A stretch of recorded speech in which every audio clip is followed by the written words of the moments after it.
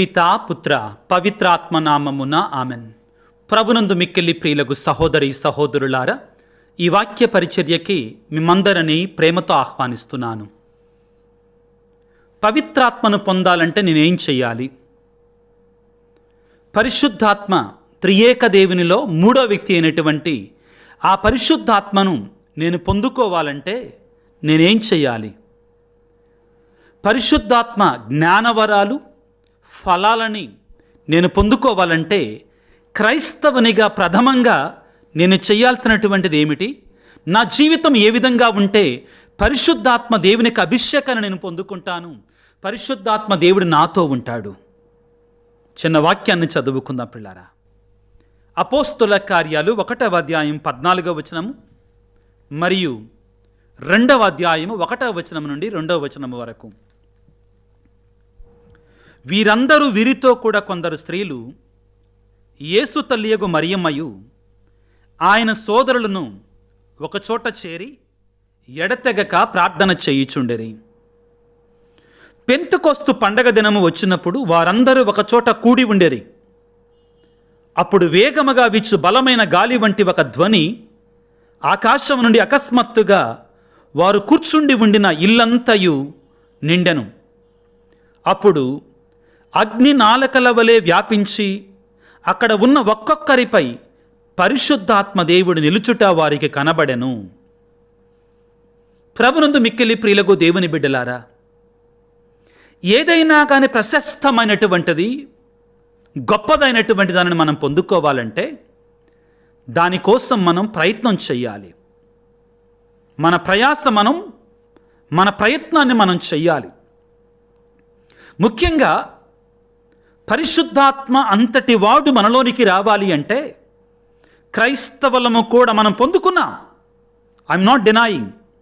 జ్ఞానస్నానములో, భద్రమైన అభ్యంగనములో, ప్రత్యేకమైన రీతిలో పరిశుద్ధాత్మ దేవుని మనందరం పొందుకున్నాం.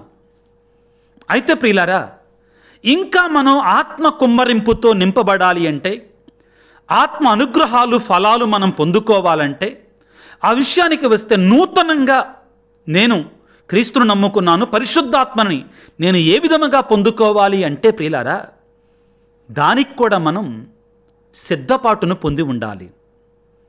కొన్ని కార్యాలు మనం చెయ్యాలి. ఆ కార్యాలు చేస్తే పరిశుద్ధాత్మ దేవుడు మనతో ఉంటారు, మనలో ఉంటారు.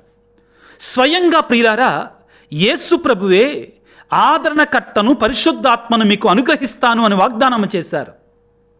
ఇది దేవుని యొక్క వాగ్దానం. దేవుడే స్వయముగా యోవేలు గ్రంథము 2వ అధ్యాయం 28వ వచనములో, ఆ దినములలో, కడపటి దినములలో నా యొక్క ఆత్మను ఎల్లరిపై కూడా కుమ్మరిస్తాను అని చెప్పారు.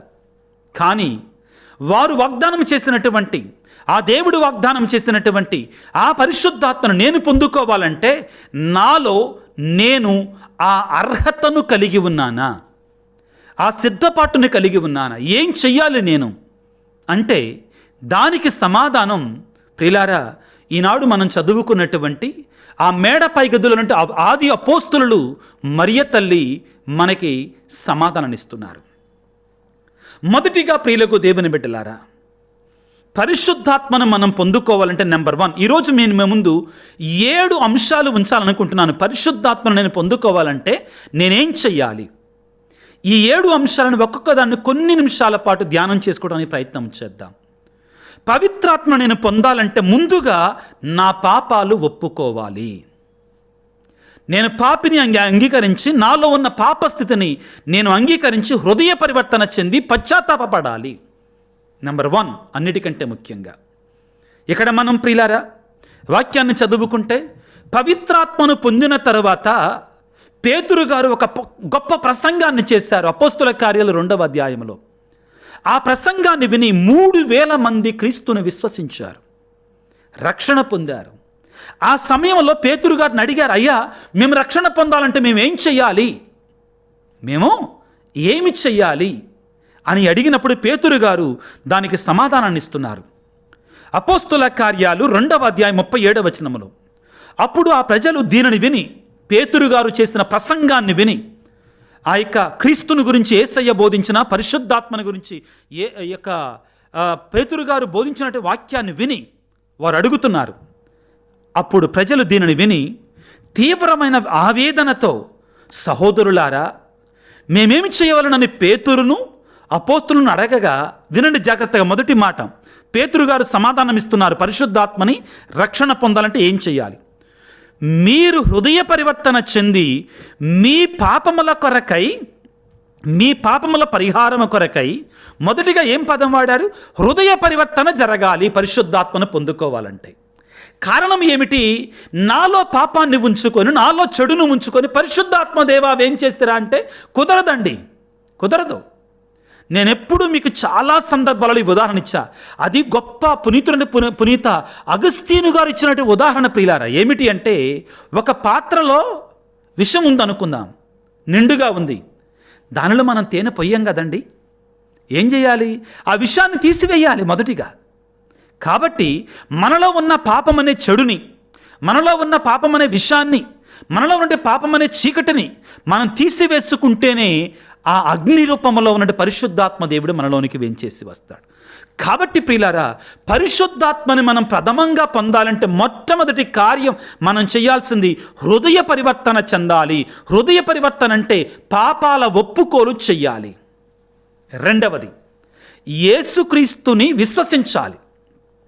ఆ తరువాత హృదయ పరివర్తనము చెంది మీ పాప పరిహారమునకై ప్రతి ఒక్కడూ యేసుక్రీస్తు నామమున జ్ఞానస్నానం పొందవలను. అప్పుడే మీరు దేవుని వరమగు పవిత్రాత్మను పొందుదురు. ఇప్పుడు మన ప్రశ్న ఏంటి? పవిత్రాత్మను ఎలాగా పొందాలి మనం? మొదటిగా పాపాలను అంగీకరించాలి, పాపక్షమాపణ పొందుకోవాలి. రెండవది, క్రీస్తు ప్రభు నిజదేవుడని అంగీకరించాలి. యేసయ్య లోకరక్షకుడని అంగీకరించాలి. యేసు ప్రభు నా స్వీయ రక్షకుడని అంగీకరించాలి. అప్పుడు ప్రియులారా పరిశుద్ధాత్మ దేవుని మనం పొందుకుంటాం. మొదటిది పాపాలు ఒప్పుకోవాలి, రెండవది యేసు ప్రభు నిజదేవుడని అంగీకరించాలి. ప్రియులకు దేవుని బిడ్డలారా, మూడవది అతి ముఖ్యమైనటువంటిది ప్రార్థనలో ఉండాలి, ఐక్యముగా ఉండాలి. నేను వాక్యాధారంగా మాట్లాడుతున్న ప్రియులారా, ఈ రోజున పరిశుద్ధాత్మను పొందాలంటే మనం ఏం చెయ్యాలి? మొదటిది హృదయ పరివర్తన, పాపాలు ఒప్పుకోవాలి. రెండవది యేసుక్రీస్తు నిజదేవుడని అంగీకరించాలి. పేతురు గారు ఇక్కడ చెప్పారు, ప్రతి ఒక్కడు యేసుక్రీస్తు నామమున జ్ఞానస్నానం పొందాలి. ప్రియులారా, యేసు ప్రభు నిజదేవుడని అంగీకరించాలి, అంగీకరించాలి, నామంలో జ్ఞానస్నానం పొందాలి.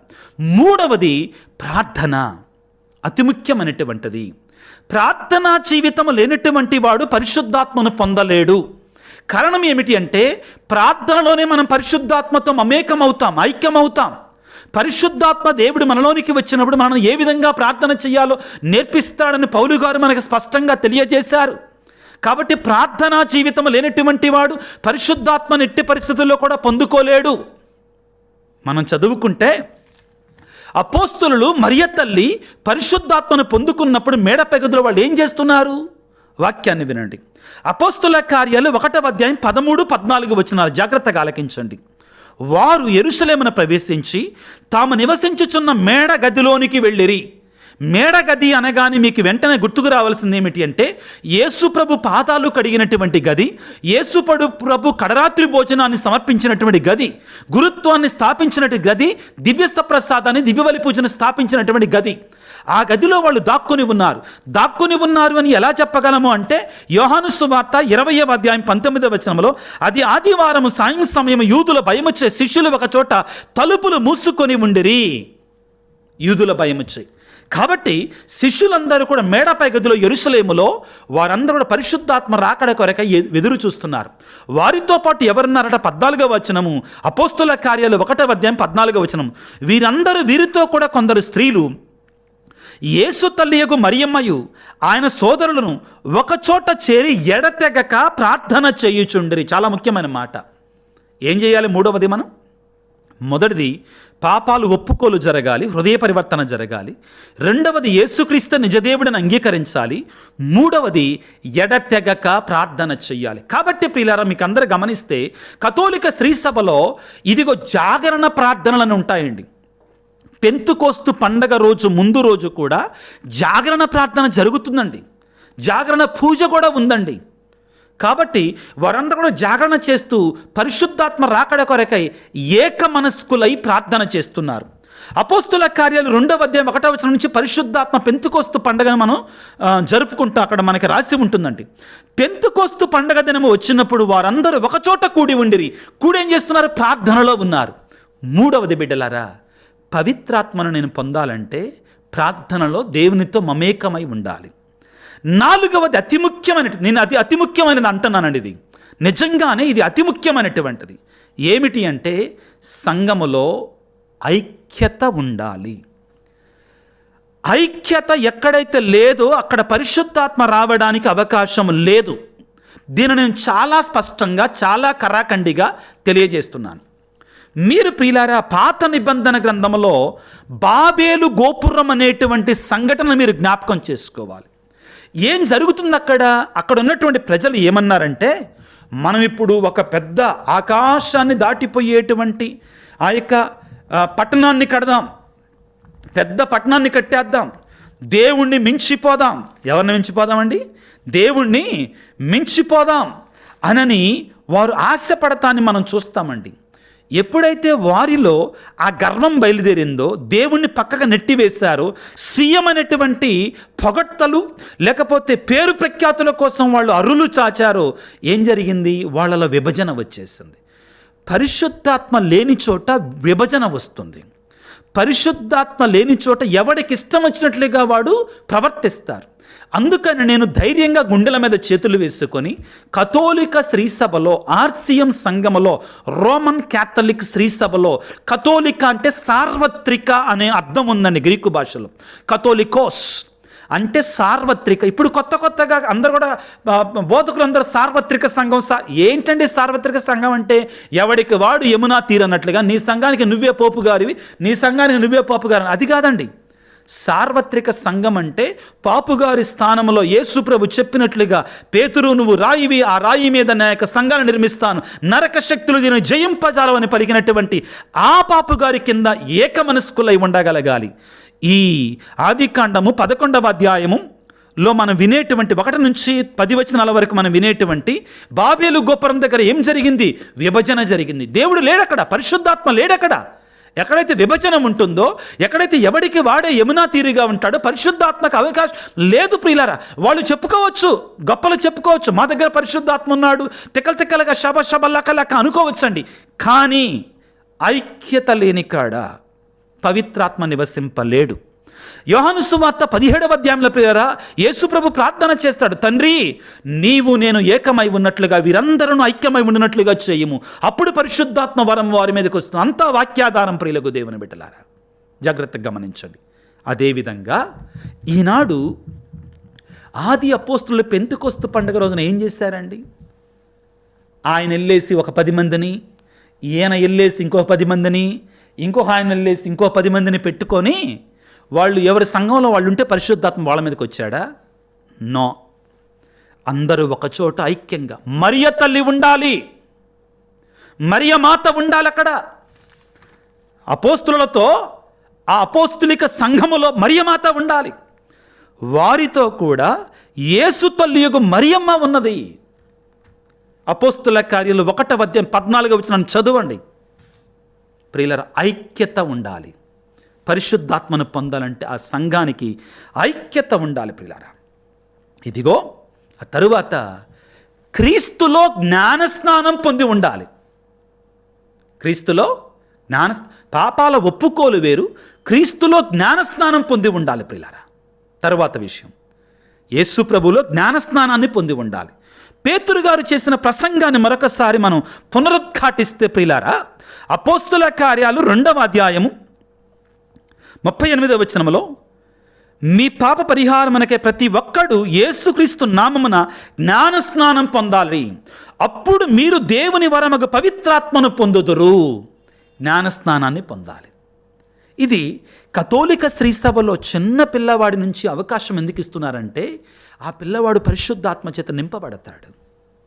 జ్ఞానస్నానం లేకుండా నాకు పరిశుద్ధాత్మ నో, అవకాశం లేదు. కాబట్టి ప్రియులకు దేవుని బిడ్డలారా, పరిశుద్ధాత్మను పొంది ఉండాలి. ఇప్పటి వరకు మనం తెలుసుకున్నటువంటి ఆ యొక్క పరిశుద్ధాత్మను పొందాలంటే నేనేం చెయ్యాలి తెలుసుకుందాం. పాపము కొరకై హృదయ పరివర్తన చెందాలి. 2వది ప్రియులకు దేవుని బిడ్డలారా, ఇదిగో క్రీస్తునందు విశ్వాసం ఉంచాలి, ప్రార్థనలో ఐక్యమై ఉండాలి, ప్రార్థనలో ఒకటిగా ఉండాలి, ఎడతెగగా ప్రార్థన చేయాలి, ఐకమత్యం ఉండాలి వాళ్ళల్లో. అదేవిధంగా క్రీస్తునందు జ్ఞానస్నానం పొందాలి. ప్రియులకు దేవుని బిడ్డలారా, హృదయ పరివర్తన చెందటం వేరు. మొదట్లో మనం హృదయ పరివర్తన గురించి మాట్లాడుకున్నాం. ఇప్పుడు ఇంకొక పాయింట్, 6వ పాయింట్ ఏంటంటే ప్రియులారా, పాపానికి దూరంగా ఉండాలి, చెడుకు దూరంగా ఉండాలి. పాపము అసలు ఆత్మ ఉన్నటువంటి వాడు సైతానికి దూరంగా ఉంటాడు, శరీర కార్యాలకు దూరంగా ఉంటాడు. గలతీ పత్రికలో మనం చదువుకుంటాం, రోమపత్రిక 12వ అధ్యాయంలో మనం చదువుకుంటాం. ప్రియులారా గమనించండి, వాక్యాన్ని చదువుకుందాం ఒకసారి. రోమీలకు రాసిన లేఖ 12వ అధ్యాయంలో ఈ విషయాన్ని మనకు స్పష్టంగా తెలియజేస్తాడు. ఏమని ఉంటుంది ప్రియులారా? మీరు ఈ లోకపు ప్రమాణములను అనుసరింపకుడు, దేవుని మీలో మానసికమైన మార్పు ద్వారా నూతనత్వమును కలుగజేయనిమ్ముడు. అప్పుడే మీరు దేవుని సంకల్పమును అనగా ఉత్తమమైనదియు ఆయనకు సమ్మతమైనదియు సంపూర్ణమైనది అగుదానని తెలుసుకుంటారు. అర్థమవుతుందా? అంటే ఆత్మానుసారంగా నువ్వు జీవించాలి, నీలో మార్పు కలగాలి, పవిత్రమైన మార్పు జరగాలి. మరొక వాక్యాన్ని చదువుతాను. రోమపత్రిక 8వ అధ్యాయం 8-9 వచనాలు చదువుకుందాం. శరీరానుసారము జీవించువారు దేవుని సంతోషపెట్టలేరు.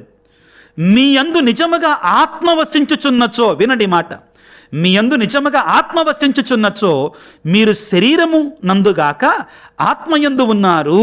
మీరు గుర్తుపెట్టుకోవాలి. అంటే పరిశుద్ధాత్మ మనలో ఉంటున్నాడు అంటే, మన మీదకి రావాలి అంటే ప్రియులారా మనం పాపానికి దూరంగా ఉండాలి, లేకపోతే సాధ్యం కాదు. హృదయ పరివర్తన చేసిన పాపము కొరకై, మొదటి పాయింట్, చేసిన పాపము కొరకై మారు మనసు పొందటం. ఇప్పుడు అసలు పాపానికే దూరంగా ఉండటం ప్రియులకు దేవుని బిడ్డలారా.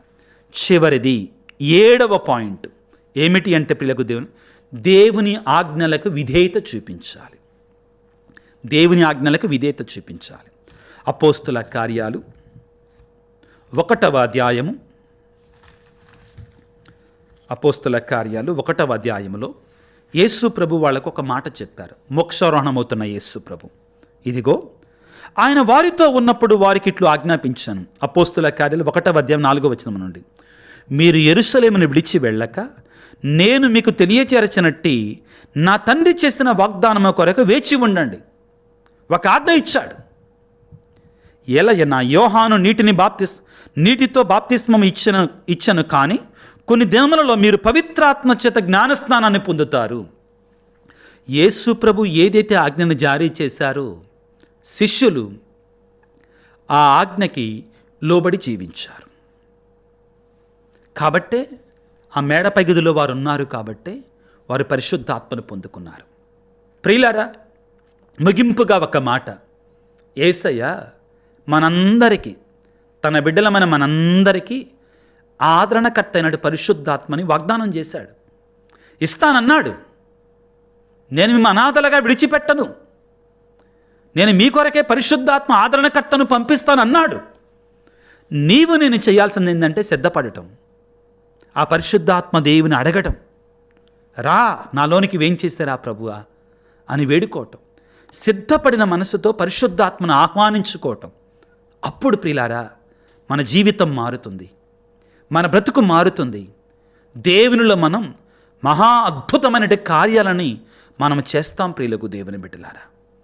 ఇదిగో మరొక్కసారి పరిశుద్ధాత్మను పొందాలంటే నేనేం చెయ్యాలి, ఏ విధంగా నేను పరిశుద్ధాత్మను పొందుకుంటాను? 7 కార్యాలని మీ ముందుంచుతాను ప్రియులారా. మొదటిగా హృదయ పరివర్తన చెందాలి.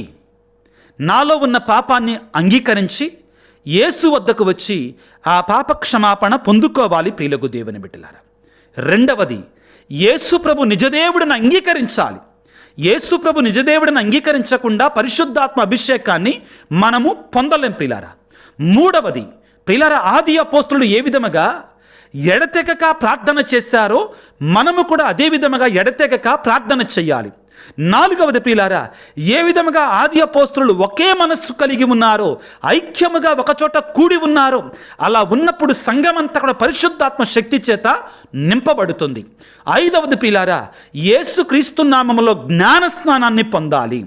యేసుక్రీస్తు నామములో జ్ఞానస్నానాన్ని పొందాలి.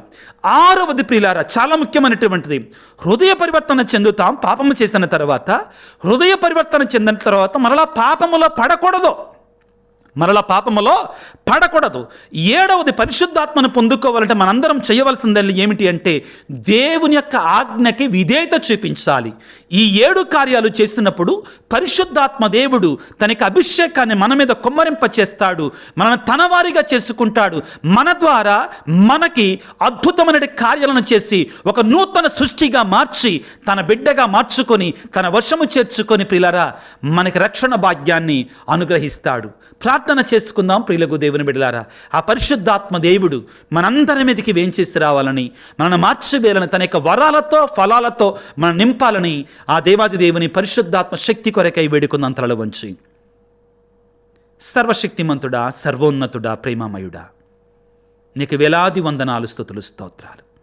ఓ యేసు రాజా, నువ్వు వాగ్దానం చేశావయ్యా, నేను మిమ్ము అనాథలుగా విడిచిపెట్టను, ఆదరణకర్తను మీకు అనుగ్రహిస్తాను అని చెప్పావు.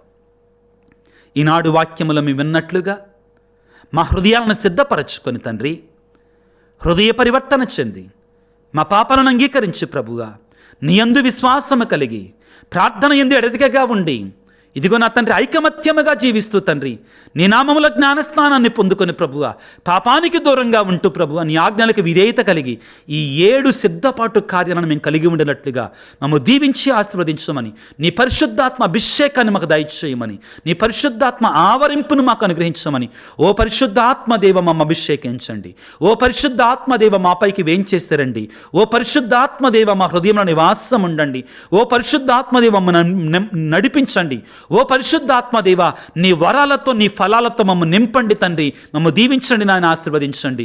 ఈ వాక్య పరిచర్యలో పాల్గొన్నటువంటి ప్రతి బిడ్డను మీరు దీవించి నింపమని, ఆశీర్వదించమని, ఎవరైతే ఈ వాక్య పరిచర్య, ఈ సువార్త పరిచర్య ముందుకు నడవడానికి సహాయపడుతున్నారు, ఆర్థికంగా తోడ్పడుతున్నారు, వారందరిని ప్రత్యేకంగా దీవించమని మా ప్రభు అయిన యేసయ్య పరిశుద్ధ నామమున వేడుకొనుచున్నాము తండ్రి, ఆమెన్. ప్రభువు మీతో ఉందురుగాక, మీ ఆత్మతో ఉందురుగాక. సర్వశక్తి గల సర్వేశ్వరుడు పిత, పుత్ర, పవిత్రాత్మ మిమ్ము మీ కుటుంబాలను చల్లగా దీవించి ఆశీర్వదించి కాపాడుదురుగాక.